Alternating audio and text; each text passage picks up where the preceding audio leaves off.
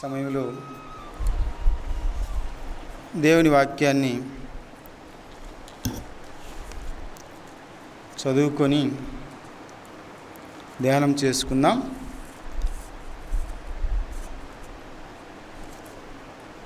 మత్తయి సువార్త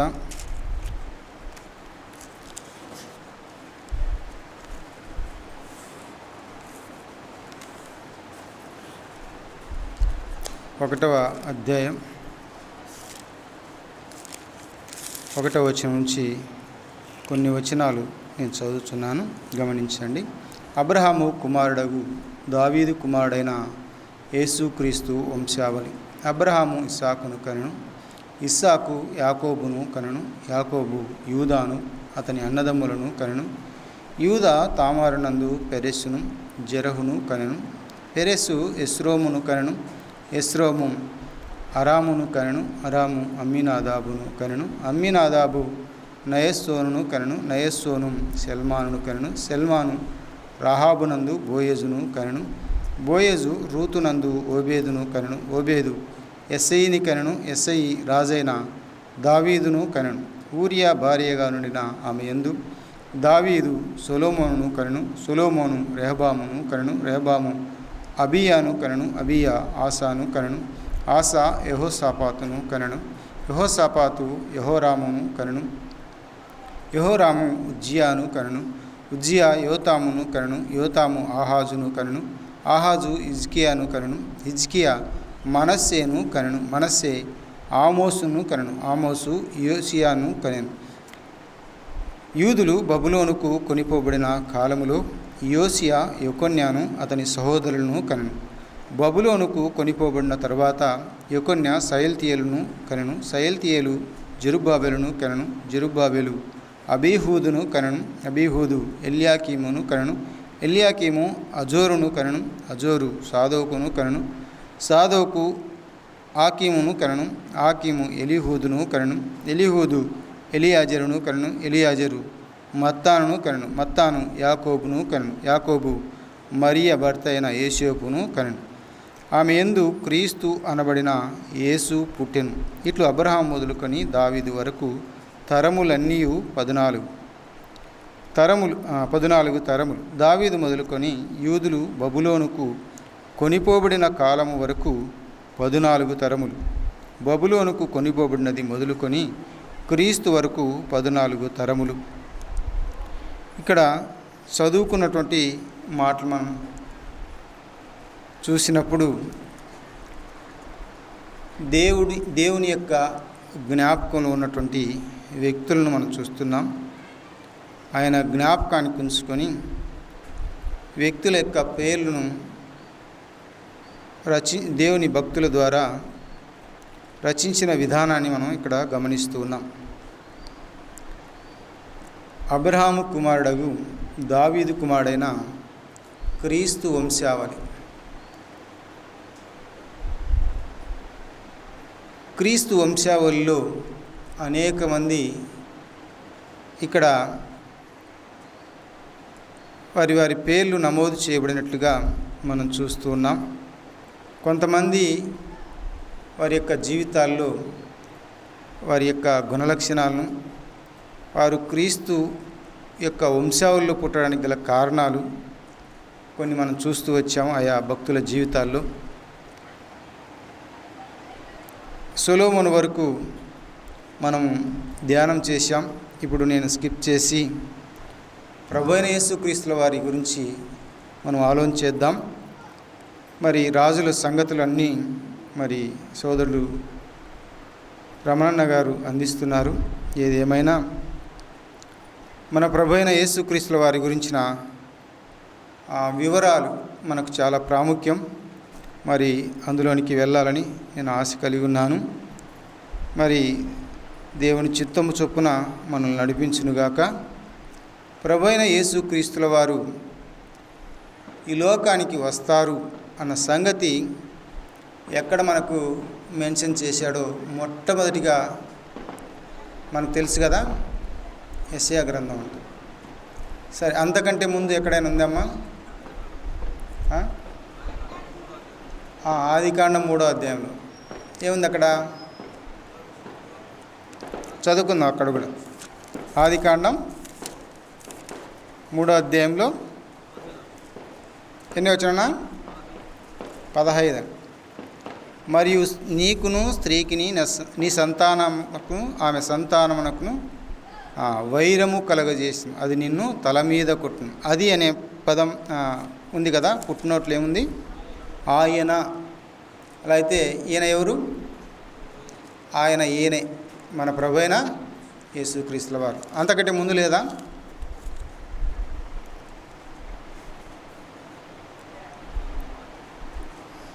ఆది యందు దేవుడు అన్నాం.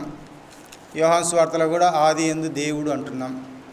ఇక్కడే మనకు కనబడతాడు. కానీ స్పష్టంగా మనకు అర్థమయ్యే రీతిలో 1వ అధ్యాయం 26వ వచనంలో మనం చూస్తే ఏం కనబడుతుంది అక్కడమ్మా? దేవుడు మన స్వరూపమందు మన పోలిక చొప్పున నరులను చేయుదము. ఇక్కడ ఎవరు కనిపిస్తున్నారు? తండ్రి, కుమారుడు, పరిశుద్ధాత్మ. అలా అయితే దేవుని యొక్క ప్రణాళిక ఎలాగుందంటే, ఆయన కార్యం భూమి మీద అపవాది ఆదామును అటాక్ చేయకముందే ఆయన ప్రణాళిక ఉందని అర్థమవుతుందా? అపోస్తులైన పౌలు ఎఫెసీ సంఘానికి తెలియజేస్తూ ఏమన్నాడు? జగత్తుకు పునాది వేయబడుకునిపే క్రీస్తు యేసులో ఏర్పరచబడిన వారు అన్నాడు.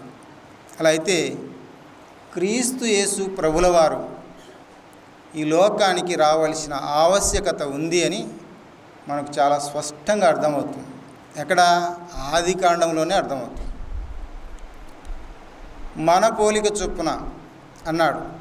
మన అంటే దేవుడు నేను నా పోలిక చొప్పున అని ఉండొచ్చు వాస్తవాన్ని. కానీ మన అనే ప్లూరల్ వాడినట్లుగా మనం చూస్తున్నాం. సింగులరు నేను అని వాడినట్లు అక్కడ కనపడలేదు. మనము, మన అన్నాడు. అలా అయితే దేవుడు అంటూ అక్కడ మరలా మనస్వరూపమునందు మన పోలిక చొప్పున నరులను చేయుదము. అలా అయితే మన స్వరూపం ఎవరి స్వరూపం అని మనం చూస్తే భౌతికంగా ఆయన స్వరూపమే.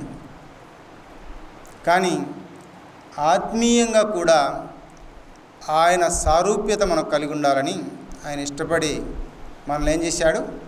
లోకంలో నుంచి, శాపంలో నుంచి, పాపంలో నుంచి పిలుచుకొని తన స్వరక్తం ఇచ్చి సంపాదించుకున్న సంఘముగా చేసుకున్నాడు.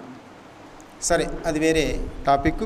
ఇందులో మనకు కనబడుతున్నటువంటి మాట ఏంటంటే, దేవుడు మన స్వరూపమునందు అంటే కుమారుని యొక్క ఆవశ్యకత ఈ భూమి మీద ఉంది అని అర్థమవుతుంది.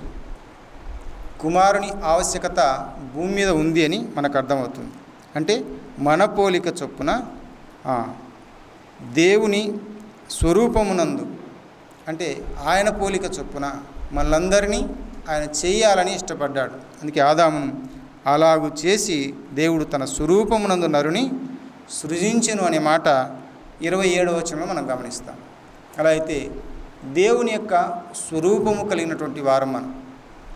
దేవుడు ఎలాగున్నాడో ఆయన ఆత్మస్వరూపి. కానీ ఆయన దేహ సంబంధమైనటువంటి మనుషులతో పోలిక ఎలాగూ అని మనం చూస్తే మనం లూకా సువార్తలో మనం చూస్తాం. ధనవంతుడు, లాజరు చనిపోయారు కదా. అక్కడ అబ్రహాము రూమ్ ఉన్నటువంటి లాజరును ఎవరు చూస్తున్నారు? ధనవంతుడు చూస్తున్నాడు. అంటే కళ్ళు ఉన్నాయి, నాలుక ఉంది, కేకలు ఉన్నాయి, అన్ని బాధ ఉంది కదా. ఇవన్నీ మనకు కనిపిస్తున్నాయి. కాబట్టి అంటే ఆయన పోలిక ఎలా ఉందంటే మనం ఎలా ఉన్నాము, ఆయన పోలిక ఎలాగుంది అని మనం గమనించవచ్చు. అలా అయితే ఇక్కడ ప్రభు అయిన యేసుక్రీస్తుల వారి యొక్క ఆవశ్యకత ఈ భూమి మీద ఎంత ఉంది అని అంటే ఆయన తన ప్రాణం పెట్టినంతగా ఆవశ్యకత ఉందని మనకు అర్థమవుతుంది. మనం ఇందాక చదువుకున్నాం. ఏం చదువుకున్నామా? 3వ అధ్యాయం 15వ వచనం. ఆదికాండం 3వ అధ్యాయం 15వ వచనం. మరియు నీకును స్త్రీకిని నీ సంతానమునకును ఆమె సంతానమునకును వైరము కలుగజేసిన అది నిన్ను తల మీద కొట్టు. ప్రభు శిలువలో సాతాన్ని ఏం చేశాడు? సాతాన్ అంటే మరణాన్ని జయించిన విధానాన్ని మనం చూస్తున్నాం. ఓ మరణమా నీ విజయం ఎక్కడ? ఓ మరణమా నీ ముళ్ళు ఎక్కడ అన్నాడు. ముళ్ళు అంటే పాపం. అంటే ధర్మశాస్త్రంలో ఉన్నటువంటి ఆ స్థితిని మనం చూస్తాం. ధర్మశాస్త్రము పాపాన్ని తెలియజేస్తుంది, కానీ పాపానికి పరిష్కారం మాత్రము అక్కడ తెలియపరచలేకుండా ఉన్నట్లుగా మనం చూస్తాం.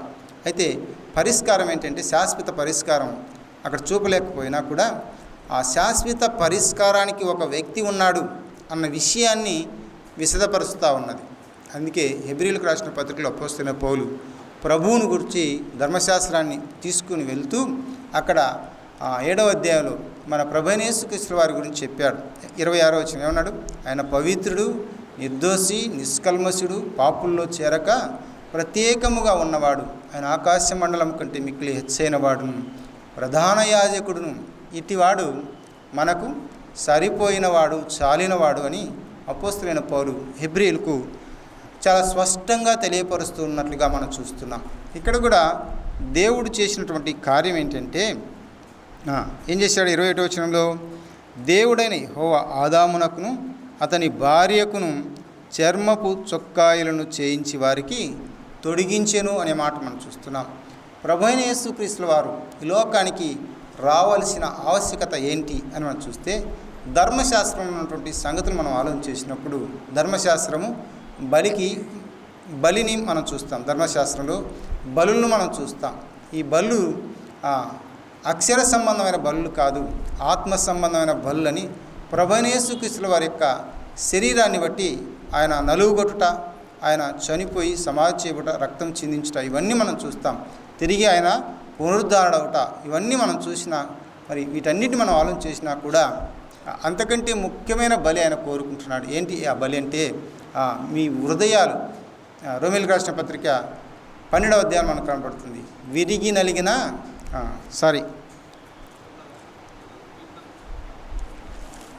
అది కాదు, రోమీయులకు రాసిన పత్రికలో 12వ అధ్యాయంలో 1వ వచనం ఉంది కదా, ఎలాంటి బలి అయినా కోరుతున్నట్టే మీ శరీరములను ఏం చేయాలంట?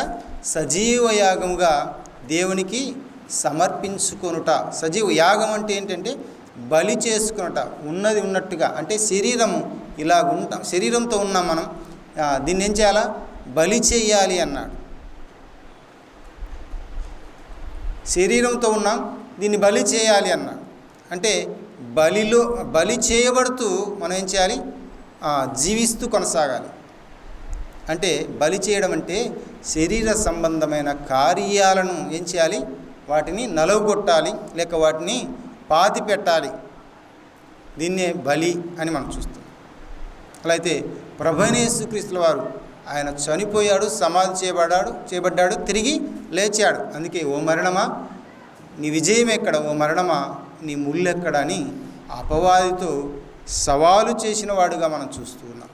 అలా అయితే మన ప్రభువు అయిన యేసుక్రీస్తుల వారిని ఆదికాండంలోనే మనం ఆయన పుట్టుక విషయం, ఎందుకు ఆయన పుట్టాలి, ఎందుకు ఆయన జన్మించాలి అని మనం చూస్తే మనందరి పాపం నిమిత్తమే అపవాది చేసే ఆ కార్యాన్ని బట్టి, ఆ యొక్క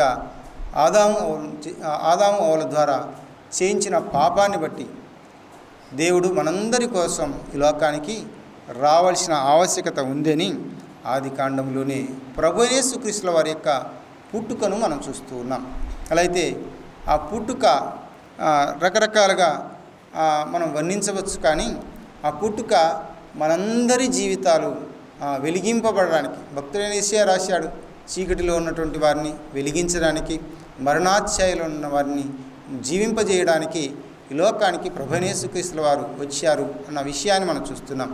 అలా అయితే మన ప్రభువైన యేసుక్రీస్తుల వారి యొక్క పుట్టుక ఎవరి నుంచి వస్తుంది అన్న విషయాన్ని కూడా భక్తులు ప్రవచనాల ద్వారా తెలియపరిచారు.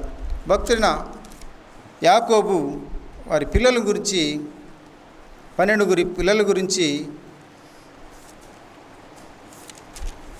రాబోయే దినాల్లో వారి యొక్క జీవితాల గురించి తెలియపరుస్తూ 49వ అధ్యాయం ఆదికాండంలో ఆయన ఎవరిలో నుంచి వస్తాడో తెలియపరిచినట్లుగా మనం చూస్తున్నాం.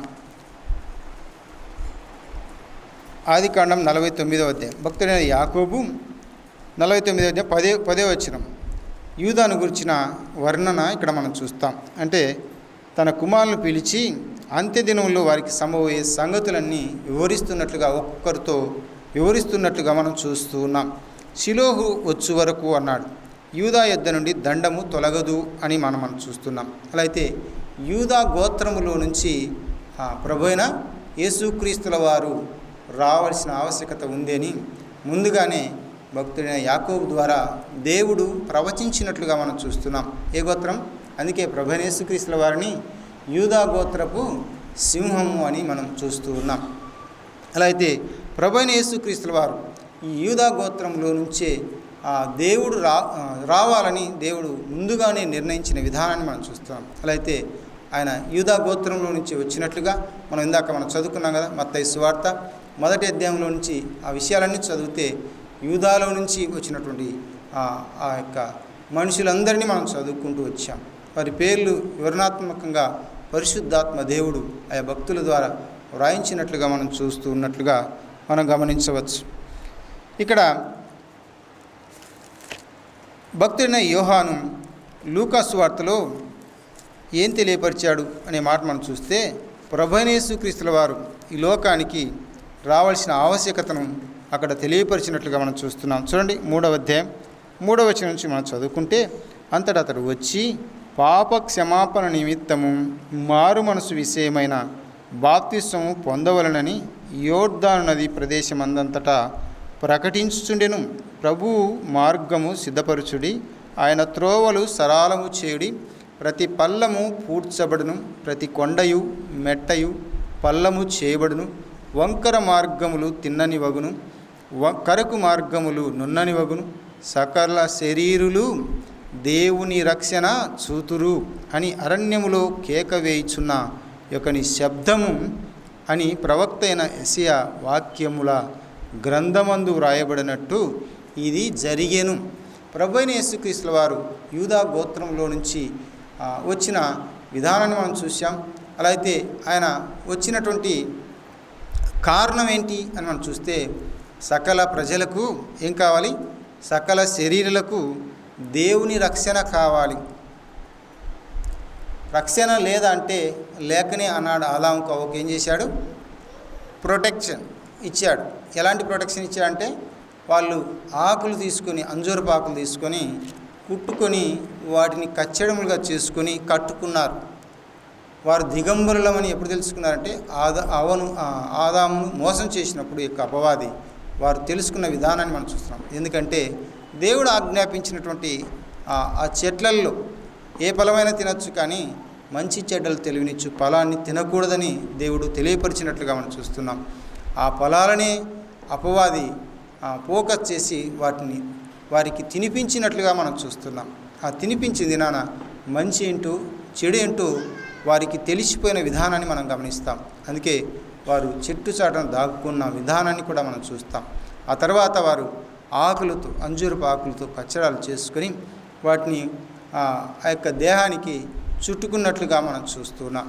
ఆ దేహమును చుట్టుకున్న విధానాన్ని మనం చూస్తే ఆ సొంత ప్రయత్నాన్ని మనం గమనించవచ్చు వారి జీవితాల్లో.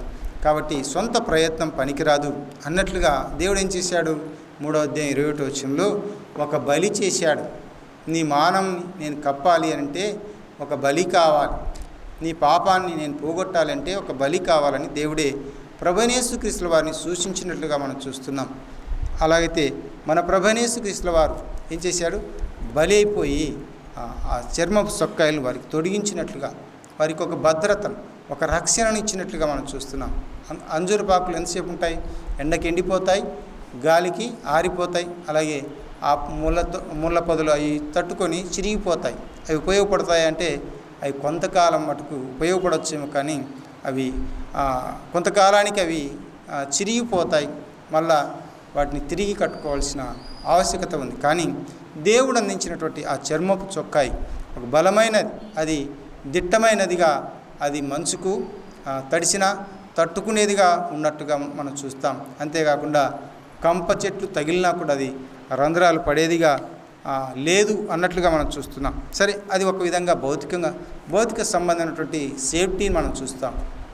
అలా అయితే ప్రభు ఆత్మ సంబంధమైనటువంటి సేఫ్టీని ఎప్పుడో ఆలోచించినట్లుగా మనం చూస్తున్నాం. చూద్దాం. ఆదికాండంలో మనం చూసాం. ఏం చేశాడు? ఒక బలిని అర్పించాడు. ఆ బలి ద్వారా మనకు రక్షణ ఉంది అని మనం చూస్తున్నాం. ఆ వాక్యం నెరవేర్పు 3వ అధ్యాయంలో లూకా సువార్తలో మనం చూస్తున్నాం.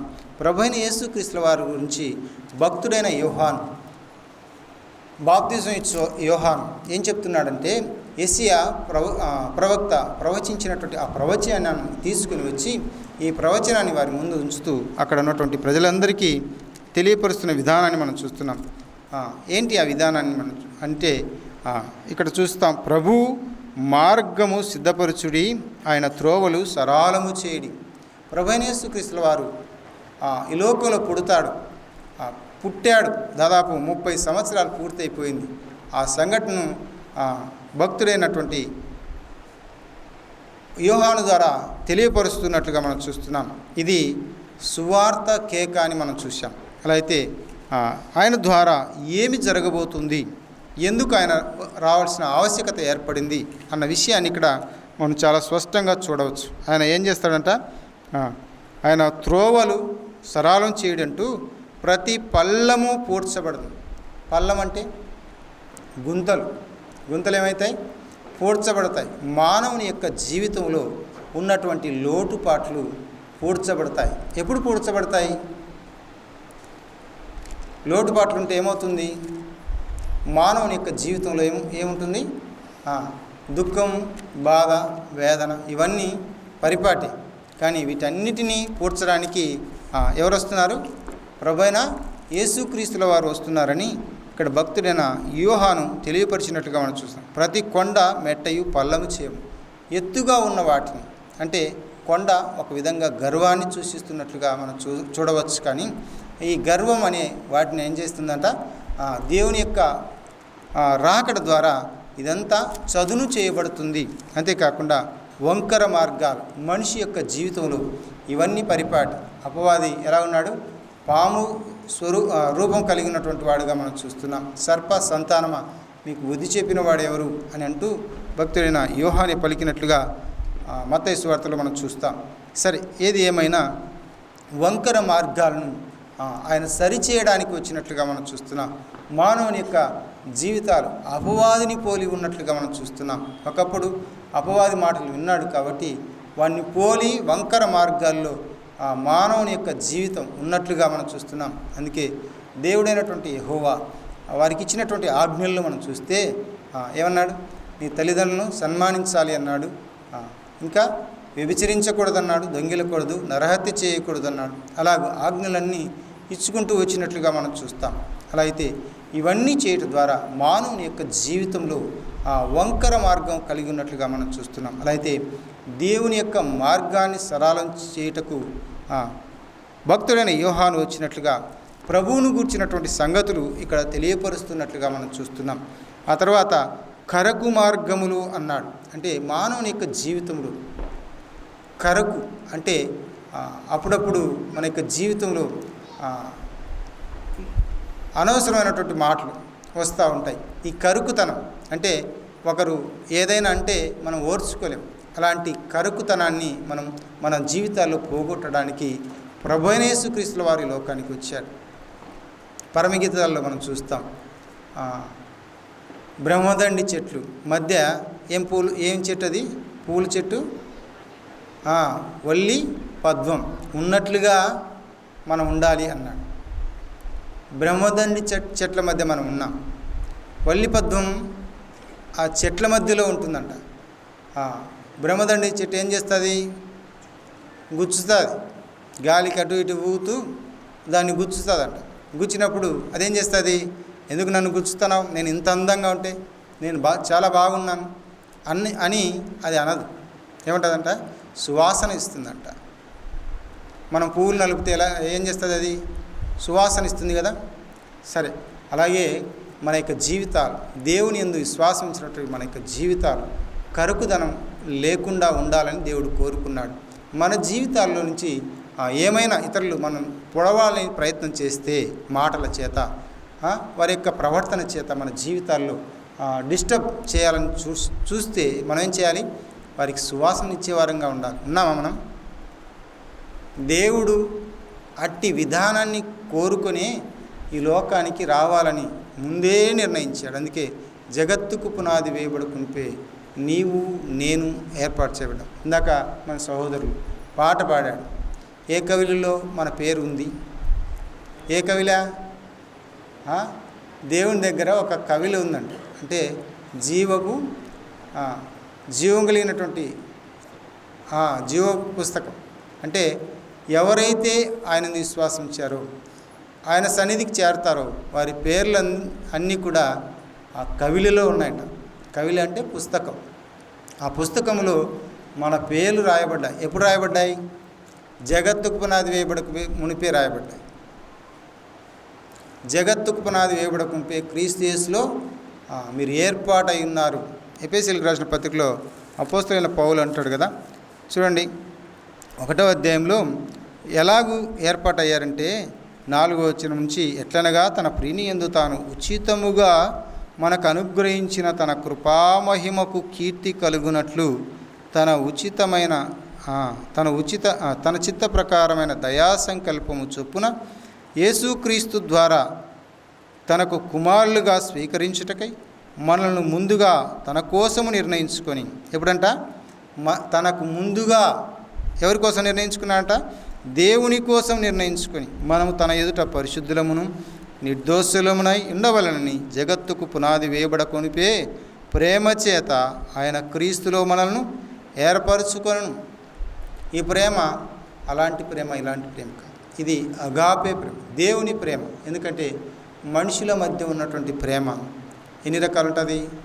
తల్లిదండ్రుల ప్రేమ, అలాగే తల్లిదండ్రుల మీద కుమారుల ప్రేమ, అక్కచెల్లెళ్ళ ప్రేమ, అలాగే అన్నదమ్ముల ప్రేమ, ఇలాగ బంధువుల ప్రేమ, ఇలాగ రకరకాలుగా ఈ లోకంలో ప్రేమలు ఉంటాయి. కానీ ఈ ప్రేమ వేరు. ఇది quite opposite, different type of love. అంటే దేవుని యొక్క ప్రేమ అత్యున్నతమైనది. అందుకే దానికి అగాపే ప్రేమ. ఈ ప్రేమ మానవ జాతికి సంబంధించినది కాదు అని మనకు అర్థం. ఇది ఆత్మకు సంబంధించిన, దేవునికి సంబంధించినటువంటి ప్రేమ. ఎప్పుడు? జగత్తుకు పునాది వేయబడకుంటే. సాధారణంగా మనం చూస్తాం, కొందరు గర్భంలో పడినటువంటి శిశువులు అందరూ బ్రతుకుతారంటే బ్రతకరు, కొందరు చనిపోతారు. కానీ దేవుని ఏర్పాటు అది మనకు తెలియదు, కానీ అది ఆయన చిత్తం. కానీ మనం తల్లి గర్భంలో పుట్టాము, మంచిదే. ఈ భూమి మీద తల్లి గర్భంలో నుంచి భూమి మీద పుట్టాం. తదుపరి దేవుడు మనల్ని ఏర్పరచుకున్న విషయాన్ని మనకు తెలియదు. కానీ దేవుడు ఏం చేశాడంటే జగత్తుకు పునాది వేయబడకుంటే క్రీస్తు యేసులో మనల్ని అందరినీ ఏర్పాటు చేసుకుని ఇలాగూ స్వరక్తం ఇచ్చి సంపాదించుకున్న సంఘముగా చేసుకునే విషయంలో ఆయన ఆనాడు భూమి మీదకి రావాలని నిర్ణయించుకున్నట్లుగా మనం ఆదికాండంలోని ప్రభువైన యేసుక్రీస్తుల వారి యొక్క పుట్టుకను మనం చూస్తాం. ఆయన ఎందుకు పుట్టాల్సి వచ్చిందో మనం చూస్తున్నాం. ఆయన మనందరి పాపం విషయమై ఆయన చనిపోయాడు, సమాధి చేయబడ్డాడు, తిరిగి లేచాడు. అలా అయితే ఇక్కడ ఇంకో మాట చూస్తాం. 3వ అధ్యాయం 3వ వచనంలో 3 నుంచి 6 వచనాలు ఉన్నాయి. ఇక్కడ సకల శరీరులు దేవుని రక్షణ చూతురు అన్నాడు. అలా అయితే దేవుని యొక్క రక్షణ ఈనాడు ప్రకటించబడుతూ ఉందా లేదా అని మనం ఆలోచించినప్పుడు ప్రపంచం అంతటికీ ప్రకటించబడతా ఉంది. దేవుని యొక్క రక్షణ ఉందని ప్రకటన జరుగుతూ ఉన్నది. ఆనాడు యోహానే కాదు, యోహానుతో ఆగిపోలే ఈ రక్షణ సువార్త. అలా అయితే మన వరకు మనతో ఆగిపోదు ఈ రక్షణ, కొనసాగుతూ ఉందని దైవగ్రంథం బైబిల్ చాలా స్పష్టంగా తెలియపరుస్తున్నట్లుగా మనం చూస్తున్నాం. కాబట్టి సకల శరీరులు దేవుని రక్షణ చూతురు అన్నాడు. అంటే దేవుని ఉద్దేశం ఏంటంటే ఆ రక్షణ వారి దాకా వెళుతుంది, కానీ అది వారి ఇష్టం అన్నట్లుగా కనబడుతుంది. అంటే కొందరు దేవుని యందు విశ్వాసించి రక్షణ పొందేవారు, అది దేవుని ఏర్పాటు అయి ఉండాలి. అంటే అందుకే భక్తుడైన పేతురు రాశాడు కదా, ఏమన్నాడు? ఆయన ఏర్పాట్లో ఇంకా ఎవరైనా ఉంటే వారు రక్షణ పొందాలి. అందుకే దేవుని యొక్క రాకడ ఆలస్యం అవుతుందన్నాడు. దేవుని యొక్క దృష్టిలో ఒక దినం 1000 సంవత్సరాలు ఉంది అన్నాడు. ఎందుకు మనం అందరం ఆయన రాకడ ఆలస్యమని మనం అనుకుంటున్నాము అనే విషయాన్ని బట్టి అక్కడ పేతురు తెలియపరిచిన విధానాన్ని మనం చూస్తున్నాం. అంటే భూమి మీద ప్రభువు వస్తాడని ఎప్పుడో చెప్పాడు కదా పౌలు. ఎప్పుడు? మొదటి శతాబ్దంలోనే ప్రభువు వస్తాడని చెప్పుకుంటూ వచ్చారు వారు. ఆయన రాకడ కొరకు మనం సిద్ధంగా ఉండాలి. దుర్దినంలో మనం ఉన్నాం, ఆయన రాకడ కొరకు మనం సిద్ధంగా ఉండాలని వారు చెప్పుకుంటూ వచ్చినట్లుగా మనం చూస్తున్నాం. అపోస్తలుడైన పౌలు తెస్సలోనికీయుల సంఘంతో తెలియపరుస్తున్న విధానాన్ని కూడా మనం చూస్తున్నాం. ఆయన మనిషి చనిపోతే వారి గురించినటువంటి బాధ అక్కరలేదు అన్నాడు. ఎందుకంటే వారు మొదటగా లేపబడతారు, మనమందరం కూడా ఆయనతో కూడా ఎత్తబడతామని పౌలు బ్రతికున్న దినాల్లో చెప్పాడు. అర్థమవుతుంది? అంటే మనం ఎత్తబడతామంటే పౌలు ప్రభు యొక్క ప్రత్యక్షత నేనుండగానే జరిగిపోతుందేమో అన్నట్లుగా పౌలు అక్కడ మాట్లాడిన విధానాన్ని మనం చూస్తాం. అంటే దేవుని యొక్క ప్రత్యక్షత మొదటి శతాబ్దంలో నుంచి వస్తుంది జరుగుతుంది అన్న విషయాలను దైవగ్రంథంలో మనం చూస్తాం. ఇప్పటికి 2000 సంవత్సరాలు దాటిపోయింది. ప్రభు యొక్క ప్రత్యక్షత కనపడలేదు. వారు వస్తాదని ఎదురు చూశారు. అయితే ఆ సిద్ధపాటు చాలా ప్రాముఖ్యమైనది. మెలకు అనేది చాలా ప్రాముఖ్యమైనది. ఎప్పుడు వస్తాడో మనకు తెలియదు. అది తండ్రి అధీనంలో ఉన్నదని ప్రభువైన యేసుక్రీస్తు వారు తానే స్వయాన తెలియపరిచినట్లుగా మనం చూస్తూ ఉన్నాం. అలా అయితే ఇక్కడ లూకా సువార్తలు మనం చూస్తే సర్వశరీరులు రక్షణ చూస్తారని ఇది ఒక సువార్త ప్రకటన ఆ దినాల్లో భక్తుడైన యోహాను ద్వారా జరిగినట్లుగా మనం చూస్తున్నాం. ఇది అరణ్యములో కేక. అరణ్యాన్ని గురించి మనం ఒకసారి ధ్యానం చేశాం. అరణ్యం అంటే లోకం లేక అడవి. అడవి అంటే అడవిలో ఏముంటాయి? క్రూర మృగాలు ఉంటాయి. ఇక్కడ కూడా ఉన్నారా? బయట కూడా ఉన్నారు కదా. ఇక్కడ కూడా మన మనుషుల్లో కూడా ఉన్నారు. అందుకే మిమ్మల్ని తోడేళ్ల మధ్యకు పంపుతున్నానని పౌలు అంటాడు. ప్రభు అంటాడు కదా. ప్రభు అంటాడు, పౌలు కూడా అంటాడు. కాబట్టి ఎన్నో శ్రమలు బాధలు ఉన్నాయి. ఆ తర్వాత హేరోదుని ఏమంటాడు? ఆ నక్కతో ప్రభు ఏమన్నాడు? ఈలాగు చెప్పుడని ఒక సంగతి ఏదో ఆ మాట చెప్తున్నట్టుగా మనం చూస్తాం. అంటే హేరోదును నక్కతో పోల్చిన విధానాన్ని మనం చూస్తాం. అంటే ఈ లోకంలో క్రూరమైనటువంటి జంతువులు ఉన్నాయి అన్న విషయాన్ని చెప్పాడు. అలా అయితే అరణ్యములో కేక వేయించినటువంటి ఒక శబ్దం. ఎందుకు ఈ శబ్దం అంటే మనం రక్షణ పొందాలని ప్రభువైన యేసుక్రీస్తు వారు అన్నాడు. భక్తుడైన యోహాను ద్వారా సువార్త ప్రకటించినట్లుగా మనం చూస్తూ ఉన్నాం. ఈనాటికి ఆ సువార్త ఆగలేదు. ఏ సువార్త అది? రక్షణ సువార్త. అంటే పాపం వలన వచ్చు జీతము మరణమై ఉంటుండగా, ఆ మరణం నిత్య నరకాగ్నిమై ఉంటుండగా ఆరని అగ్ని ఆగని ఆవేదన కదా. ఎవరికి చెప్పుకోగలడు? అక్కడ చూసాం కదా లూకా సువార్త 15వ అధ్యాయంలో ధనవంతుడు చనిపోయాడు, లాజరు కూడా చనిపోయాడు. ఇద్దరు అబ్రాహాము రొమ్మున ధనవంతుడు ఆనుకున్నాడు, లాజరు ఆనుకున్నాడు. ధనవంతుడు ఎక్కడున్నాడు? పాతాళంలో ఆ యొక్క యాతన పడుతున్నట్లుగా మనం చూస్తున్నాం. అలా అయితే ఆ యాతన ఆగిపోయేటువంటిది కాదు. అగ్ని ఆరదు, ఆరని అగ్ని ఆగిపోని ఆవేదన. అలా అయితే ఆవేదన ఎవరికి చెప్పుకోగలుగుతాం? అక్కడి నుంచి ఇక్కడికి, ఇక్కడి నుంచి అక్కడికి వెళ్ళడానికి ఒక అగాధం. అంటే అగాధం అంటే ఏదో లోయ అని కాదు. ఆత్మలకు లోయలు అవన్నీ అడ్డం రావు. కానీ దేవుని యొక్క కట్టడ అక్కడ అడ్డుగా ఉన్నట్లుగా మనం చూడవచ్చు. అలా అయితే దేవుని యొక్క పిలుపు ఎప్పుడుందంటే జగత్తుకు పునాది వేయబడకుంపే మనల్ని ఆయన పిలిచాడు. పిలిచిన పిలుపుకు తగిన జీవితాన్ని కలిగి ఉండాలని కూడా ఆయా భక్తుల ద్వారా మనం చూస్తూ ఉన్నాం. అలా అయితే ప్రభువైన యేసుక్రీస్తుల వారు యూదా గోత్రంలో నుంచి వస్తాడు అన్న విషయాన్ని మనం చూస్తున్నాం. అంతేకాకుండా భక్తుడైన యెషయా ఎవరికి పుడతాడో చెప్పినట్లుగా మనం చూస్తున్నాం. చూడండి, ఇక్కడ 7వ అధ్యాయం యెషయా గ్రంథం. తెలిసిన మాటలు ఇవన్నీ. 14వ వచనాన్ని మనం చూద్దాం. 7వ అధ్యాయం 14వ వచనం యెషయా గ్రంథం. కాబట్టి ప్రభువు తానే యొక్క సూచన నీకు చూపును, ఆలకించుడి. కన్యక గర్భవతి అయి కుమారుని కని అతనికి ఇమ్మానుయేలును పేరు పెట్టును. ఇక్కడ ఇమ్మానుయేలు అంటే దేవుడు మనకు తోడయ్యున్నాడు. అలా అయితే వారికి తోడుగా ఉండాలని దేవుడు ఇష్టపడినట్లుగా మనం చూస్తున్నాం. అందుకే వారి యొక్క జీవితాల్లో దేవుడు అబ్రహామును పిలిచినప్పుడు దేవుడు అబ్రహామును నీకు సంతానం కలగజేసి నిన్ను ఆశీర్వదిస్తాను, అంతేకాకుండా అనేక జనాంగాన్ని నీ సంతానం ద్వారా ఆశీర్వదిస్తాను అని అబ్రహాముతో ఆశీర్వచనాన్ని పలికినట్లుగా మనం చూస్తున్నాం. అలా అయితే ఇక్కడ ప్రభువైన యేసుక్రీస్తుల వారు ఎవరికి పుడతారు అన్న విషయాన్ని చెప్పాడు. ఆదికాండంలో మనం చూసాం కదా, ఆ స్త్రీ ఏం చేస్తుందంట చెప్పండి మా, ఇందాక చదువుకున్నాం కదా ఆదికాండంలో 3వ అధ్యాయం 3వ వచనంలో స్త్రీకిని నీకును నీ సంతానకు ఆమె సంతానకు వైరము కలగజేస్తానని అపవాదితో దేవుడు తెలియపరిచిన విధానాన్ని మనం అక్కడ చూస్తాం. అలా అయితే ఆ స్త్రీ ఎవరు? మన ఇక్కడ మరి అయినటువంటి కన్యకైనటువంటి మరియను మనం చూస్తున్నాం. అందుకే మనం మత్తయి సువార్తలో చదువుకున్నటువంటి మాట చివరిగా ఏం చదువుకున్నాం అక్కడ 1వ అధ్యాయం ఆమెకు ప్రభువైన యేసుక్రీస్తుల వారు జన్మించిన విధానాన్ని మనం చూస్తున్నాం. చూడండి, యాకోబు మరియ భర్త అయిన యేసోపును కనెను. ఆమె యందు క్రీస్తు అనబడిన యేసు పుట్టెను. ప్రభువైన యేసుక్రీస్తుల వారు కన్యక మరియ గర్భాన పుట్టాడు. ఇది ఎలా సాధ్యమని లోకులు అనేక ప్రశ్నలు. లోకులకు ఎలా సమాధానం చెప్పాలి, సమాధానం చెప్పాలా చెప్పొద్దా అన్నట్లుగా మనం ఆలోచిస్తే ఒక విధంగా అవసరం లేదు. ఎందుకంటే వారు విరోధంగా మాట్లాడే ప్రమాదం ఉంది.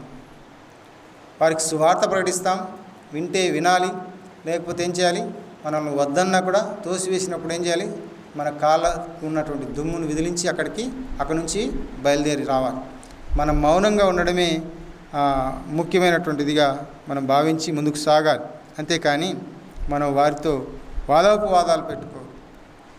దేవుడు సర్వమును సృజించాడు. కన్యక గర్భములో నుంచి ఒక శిశువును ఆయన తీసుకురావడానికి ఆయనకు అసాధ్యమైనదే ఏమాత్రం కాదు, అసాధ్యమైనది కానేది కాదు అని మనం గుర్తించాలి. ఆయనకు అన్నీ సాధ్యం. ఆయన సర్వాధికారి అయిన దేవుడు. అలా అయితే ఆయనకు అన్నిటి మీద అధికారం కలదు.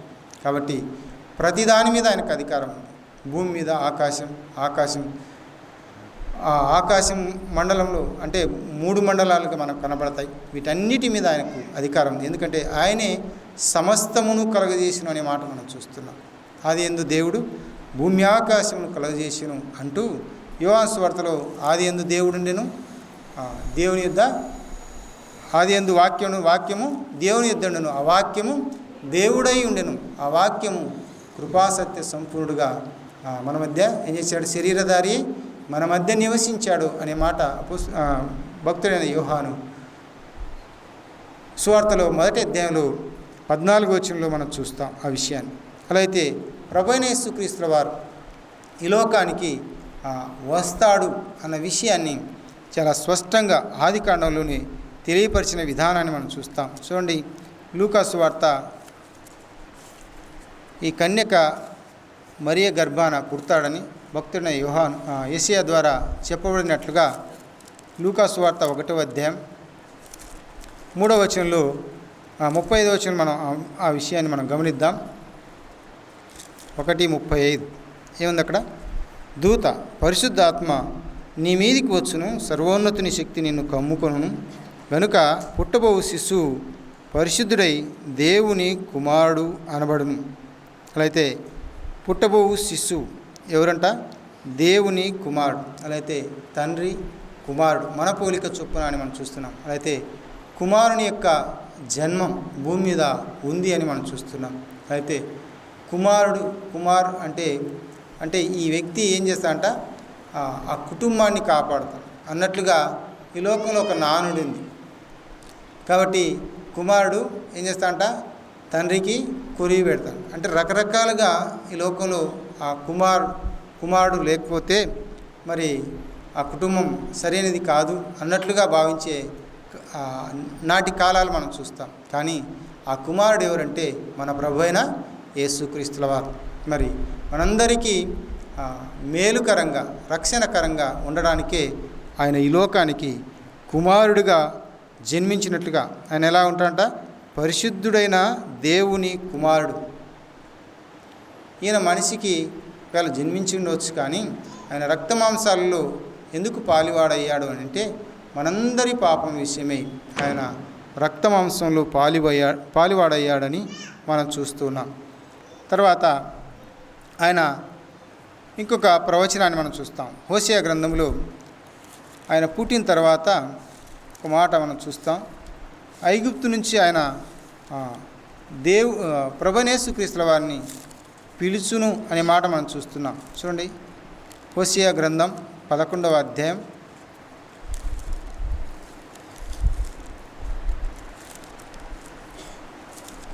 1వ వచనాన్ని మనం చూస్తే, ఇశ్రాయేలు బాలుడయుండగా నేను అతని ఎడల ప్రేమ కలిగి నా కుమారుని ఐగుప్తు దేశంలో నుండి పిలిచి తిని అన్నాడు. ఎవరిని పిలిచాడు? ఐగుప్తు దేశంలో నుంచి బాలుడైనుండగా నేను అతని ఎడల ప్రేమ కలిగి నా కుమారుని ఐగుప్తు దేశంలో నుంచి పిలిచి తిని. అంటే దేవుని యొక్క కుమారుని ఎక్కడి నుంచి పిలిచాడంట? ఐగుప్తు దేశంలో. ఇది ప్రవచనం. అయితే ఈ నెరవేర్పు చూడండి, మత్తయి సువార్త 2వ అధ్యాయం 14-15 వచనాన్ని మనం చదువుకుందాం. 2వ అధ్యాయం 14-15 వచనం. అప్పుడు అతడు లేచి రాత్రివేళ శిశువును తల్లిని తోడుకొని ఐగుప్తునకు వెళ్ళి ఐగుప్తులో నుండి నా కుమారుని పిలిచి తిని అని ప్రవక్త ద్వారా ప్రభు సెలవిచ్చిన మాట నెరవేర్చబడినట్లు హేరోదు మరణం వరకు అక్కడుండెను అనే మాట మనం చూస్తున్నాం. అలా అయితే ఐగుప్తులో నుండి నా కుమారుని పిలిచి తిని, దేవుడు ఐగుప్తులోనికి ఎందుకు పంపించాడంటే తప్పించబడడానికి. ప్రభువును ఐగుప్తులోనికి ఎందుకు పంపించబడంటే అక్కడ తప్పించబడి హేరోదు ఆ దినాల్లో ప్రభు పుట్టినప్పుడు 2 సంవత్సరాలని చంపివేయమని తెలియపరిచినట్లుగా మనం చూస్తున్నాం. ప్రభువు పుట్టుక అక్కడ రామాలో అంగలార్పు అనే విషయాన్ని మనం చూస్తాం. అంటే భయంకరంగా పిల్లలందరినీ చంపివేసినట్లుగా మనం చూస్తున్నాం. ఆ తల్లుల ఆ వేదన, ఆ రోదన వర్ణనాతీతం, భయంకరమైనది. ఎందుకంటే పిల్లలు లేక పుట్టిన వారు ఉంటారు, అప్పుడే వివాహమై వారికి పుట్టినవారు ఉంటారు, అట్లాగూ రకరకాలుగా పుట్టిన వారు ఉంటారు. ఆ పిల్లలను ఆప్యాయంగా ఎంతో ప్రేమగా చూసుకునే తల్లులు ఉంటారు. ఆ సమయాల్లో తల్లుల ఒడిలో నుంచి లాక్కెళ్ళి 2 సంవత్సరాల లోపల పిల్లలందరినీ ఏం చేశారు? భయంకరంగా చంపివేసిన విధానాన్ని మనం చూస్తాం. ఆ ఏడ్పు, ఆ రోదన ఆకాశాన్ని అంటిన విధానాన్ని కూడా మనం దైవగ్రంథంలో గమనిస్తాం. అలా అయితే రామాలో అంగలార్పు వినబడెను అనే మాట అక్కడే 10వ వచనంలో మనం చూస్తాం. ఏడ్పును మహారోదన ధ్వనియు కలిగెను అనే మాట మనం చూస్తాం. ఎలాంటిదంట? మహారోదన కలిగెను. ఎంత భయంకరమైనటువంటి విధానాన్ని మనం అక్కడ చూస్తాం. ప్రభు ఐగుప్తులోనికి ఎందుకు తీసుకువెళ్ళబడ్డంటే ఆ యొక్క దుర్మార్గులు చంపుతారన్నటువంటి విషయాన్ని మనం చూస్తే దేవుడే వారిని అక్కడికి పంపించిన విధానాన్ని మనం చూస్తాం. తిరిగి ఐగుప్తులో నుంచి నా కుమారుని పిలిచితేని తిరిగి మరలా ఎక్కడికి వస్తాడు? నజరేతుకు వచ్చినట్లుగా మనం చూస్తాం. ఆయన నజరేతు ఆయన పెరిగి పెద్దవాడై ముందుకు సాగిన విధానాన్ని మనం చూస్తాం. అందుకే ప్రభుయేసుక్రీస్తుల వారిని ఏమని పిలుస్తున్నాం? నజరేయుడైన యేసు, దావీదు కుమారుడని పిలుస్తాం. నజరేతులో ఆయన పెరిగిన విధానాన్ని మనం చూస్తాం. ఆయన నజరేతులో పెరిగాడు కాబట్టి ఆయన నజరేయుడైన యేసు అని ఆయన పేరు పెట్టబడినట్లుగా కూడా మనం గమనిస్తాం. సరే, ఇక్కడ ఆయన గూర్చినటువంటి ప్రవచనాలు నెరవేర్చబడ్డాయి. ఇంకా అనేక సంగతులు ఉన్నాయి. వాటిని తర్వాత వచ్చే దినాల్లో ధ్యానం చేద్దాం. మన ప్రభువు ఎందుకు ఈ లోకానికి వచ్చాడు అన్న విషయాన్ని మనం చూస్తే ఆయన మన పాపం నిమిత్తమే ఈ లోకానికి పంపబడిన విధానాన్ని మనం చూస్తున్నాం. భక్తుడైన యోహాను ద్వారా మనం చూస్తాం. 1వ అధ్యాయం 15వ వచనంలో ఏమన్నాడు? పాపులను రక్షించుటకు క్రీస్తు యేసు ఈ లోకానికి వచ్చాను. పాపులను రక్షించు. ఎవరు పాపులు అంటే ప్రపంచంలో ఉన్న వారందరూ పాపులు. ఎందుకంటే మొట్టమొదటి వాడైనటువంటి ఆదాముకు పుట్టిన వారందరూ కూడా అపవాది ద్వారా ఆదాము పాపం చేస్తే ఆ పాపంలో వచ్చి జీతం మరణం అయింటుండగా ఆ మరణాన్ని అందరికీ పంచిపెట్టిన వాడైనట్టుగా మనం చూస్తున్నాం. అలా అయితే ఈ మరణాన్ని తప్పించడానికే, అందుకే పాపులను రక్షించడానికి ప్రభువైన యేసుక్రీస్తుల వారు ఈ లోకానికి వచ్చెను అనే మాట మనం చూస్తున్నాం. అంతేకాకుండా భక్తుడైన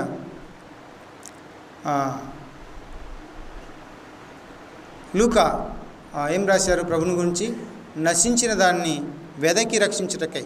లూకా సువార్త 19వ అధ్యాయం 10వ వచనం మనం చూస్తాం కదా.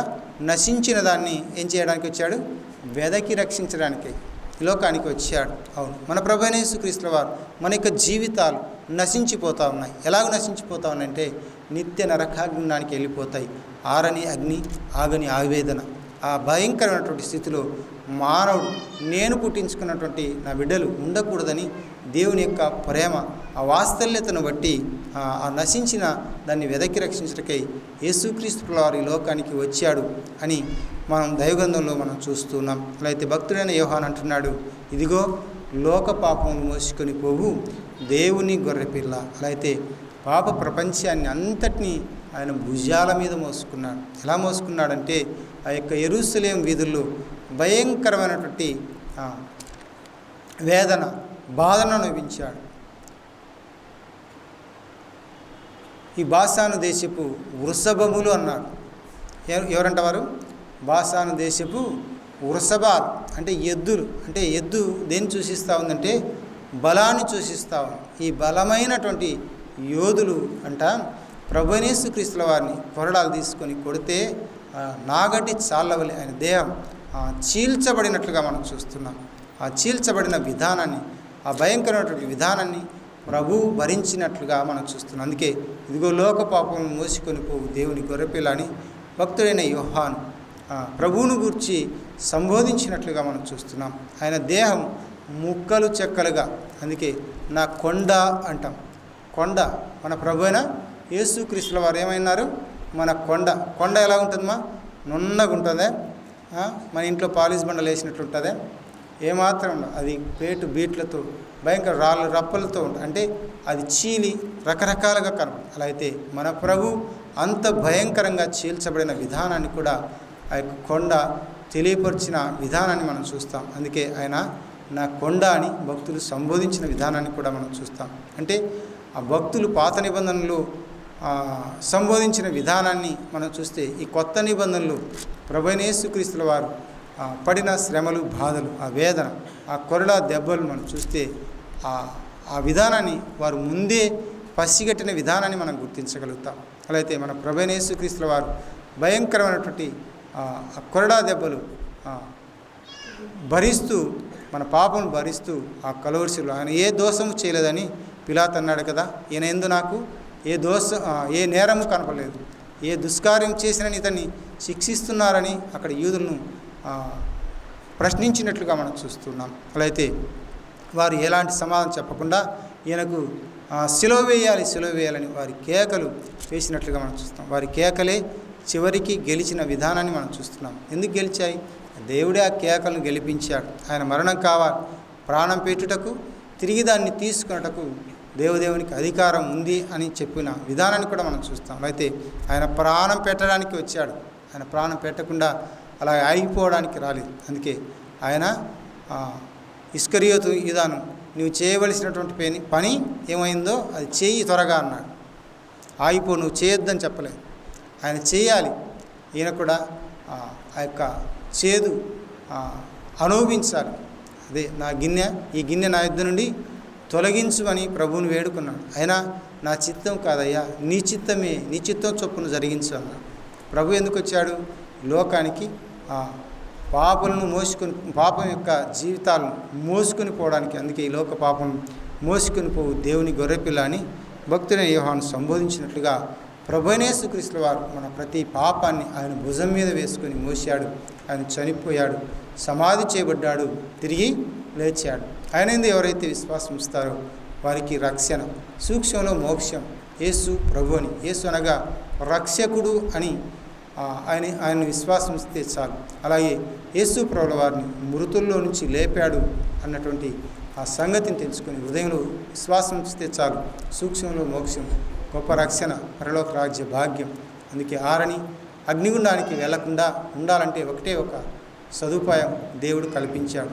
ప్రయాసపడి భారం మోసుకుంటున్న సమస్త జనులారా నా యొద్దకు రండి, నేను మీకు విశ్రాంతిని కలగజేస్తానని ప్రభువు సెలవిచ్చినట్లుగా ప్రభువు చెంతకు వస్తే ఏం చేస్తాడంట? మన భారం అంతా ఆయన మోసుకుంటాడు, మనకు విశ్రాంతిని ఇస్తాడు. ఎంత గొప్ప ప్రేమ! ప్రేమమయుడుగా యోహాను సువార్తలో 3వ అధ్యాయం 16వ వచనంలో అంటాడు, ఇదిగో దేవుడు లోకమును ఎంతో ఎంతగా ప్రేమించాలంటే ఆయన తన ప్రాణం పెట్టునంతగా ప్రేమించిన విధానాన్ని మనం చూస్తున్నాం. అది ఎలాంటి మరణాన్ని అనుభవించాడంటే శిలువ మరణాన్ని అనుభవించిన విధానాన్ని మనం చూస్తున్నాం. ఆ శిలువ మరణాలు ఇప్పుడు బ్యాన్ చేయబడ్డాయి. అది ప్రభువుతోనే బ్యాన్ చేయబడిన విధానాన్ని మనం చూస్తాం. అది భయంకరమైన శిక్ష. అలాంటి శిక్షలు ఆ తర్వాత బ్యాన్ చేయబడినట్లుగా మనం చూస్తాం. సరే, మన ప్రభు మన కొరకు పడినటువంటి ఆ ప్రయాస మనం జ్ఞాపకం చేసుకొని ఆయన ఎప్పుడూ మనం తలపోసుకోవాలని ఆయన ఇష్టపడ్డాడు. అందుకే మనం ప్రతి ఆదివారం ఏం చేస్తున్నాం? ఆయన జ్ఞాపకం చేసుకుంటున్నాం. అంతేకాకుండా ప్రతి ఆదివారం కాదు, నన్ను అడిగితే ప్రతిరోజు ప్రతి క్షణం ఆయన జ్ఞాపకం చేసుకోవాలి. మన విషయమై ఆయన భరించిన బాధ, ఆయన భరించిన వేదన అది భయంకరమైనది. ఎందుకంటే మనం భరించాల్సిన ఆ వేదన ఆయన భరించాడు. అగ్నిగంధకంతో మండే అగ్నిగుండంలో మనం పడి ఆ వేదన పొందవలసినటువంటి మనం అట్టి స్థలంలో నుంచి విడిపించి దేవుడు ఆ వేదన పొందాడు. అందుకే ఆయన పాతాళం వరకు దిగిపోయి ఏం చేశాడు? ఆ మరణాన్ని జయించాడు. మరణాన్ని జయించి, ఓ మరణమా నీ విజయం ఎక్కడ? ఓ మరణమా నీ ముళ్ళు ఎక్కడ? ముళ్ళు అంటే పాపం. ఈ పాపం తీసివేయడానికి ప్రభువు ప్రయాసపడిన విధానాన్ని మనం చూస్తున్నాం. అపవాదిని జయించిన విధానాన్ని మనం చూస్తున్నాం. మరణించాడులే అనుకుంది సాతాను, ఇక లేవలేడు అనుకుంది. 3వ దినాన్న ఆయన లేచేసరికి ఏమైపోయిందో అపవాది ఆ భయంతో వణికిపోయినట్టుగా కూడా మనం గమనించవచ్చు. కనుక అపవాది వాడు జయం పొందుతాను అనుకున్నాడు క్రీస్తు మరణంతో. కానీ అప్పుడే ప్రారంభమైంది మానవుని యొక్క జీవితాలు వెలిగించడానికి అని అపవాదికి తెలిసిపోయింది. కాబట్టి వాడి సైన్యం ఎక్కువ, దేవుని సైన్యం ఎక్కువ అన్నట్లుగా అపవాది ఆలోచన చేశాడు. కానీ దేవుని యొక్క సైన్యం ఎక్కువ కాబోతుందని లెక్కించడానికి శక్యం కానంతటువంటి అన్యజనాంగాన్ని దేవుడు రక్షించబోతున్నాడు అన్న విషయాన్ని ప్రకటన గ్రంథంలో వ్రాయించినట్లుగా మనం చూస్తున్నాం. అంటే ప్రభువు యొక్క పుట్టుక అనేకులకు ఆశీర్వాదకరంగా ఉంటుందని ఆనాడు దేవుడే అబ్రాహాముతో తెలియపరిచిన విధానాన్ని మనం చూస్తున్నాం. కాబట్టి ప్రభువునందు విశ్వాసం ఉంచి రక్షణ పొందవలసిందిగా ప్రేమతో మనవి చేస్తున్నాం. ఇంకా అనేక సంగతులు ఉన్నాయి. ప్రభువును గుర్చే మనం కొన్ని ప్రవచనాలు, అలాగే ప్రవచనాలు నెరవేర్పు వరకు మనం ముందుకు సాగుదాం. ఈ దినం 3 ప్రవచనాలు 3 నెరవేర్పులు మనం చూసాం. ఆ తదుపరి ఇంకా కొన్ని ప్రవచనాలు ఉన్నాయి, భక్తుల యొక్క ప్రవచనాలు. ఆ తర్వాత వాటి నెరవేర్పు విధానం, నెరవేర్పులో ఉన్నటువంటి మన యొక్క జీవితాల ఆశీర్వాదాన్ని గురించి మనం ధ్యానం చేద్దాం. మరి వీటన్నిటి విషయం మనం ప్రార్థనలో జ్ఞాపకం చేసుకుంటూ ముందుకు సాగుదాం.